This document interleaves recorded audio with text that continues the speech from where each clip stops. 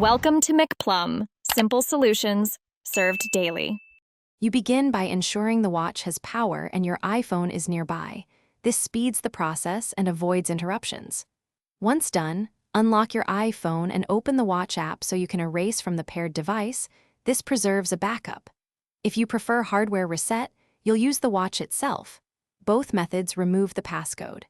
Make sure you know the Apple ID used for activation lock because you will need it to set up the watch again. You now perform the erase step. If using the iPhone, tap General, Reset, then erase Apple Watch content, confirm and follow prompts. If using the watch, open Settings, go to General, Reset, and choose Erase all content and settings. Hold the watch on its charger and follow on-screen confirmations. When the device asks for the Apple ID password, enter it to remove activation lock. This wipes the passcode and returns the watch to factory state. You finish by setting the watch up again. Choose Restore from Backup to keep data, or Set up as new if you prefer a clean start. Make sure you sign in with the same Apple ID to avoid activation lock. If the watch still asks for the previous owner, you'll need that account's credentials.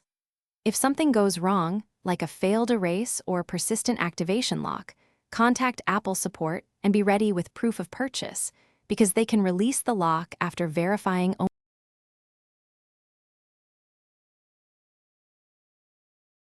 Thanks for watching. Stay juicy and subscribe.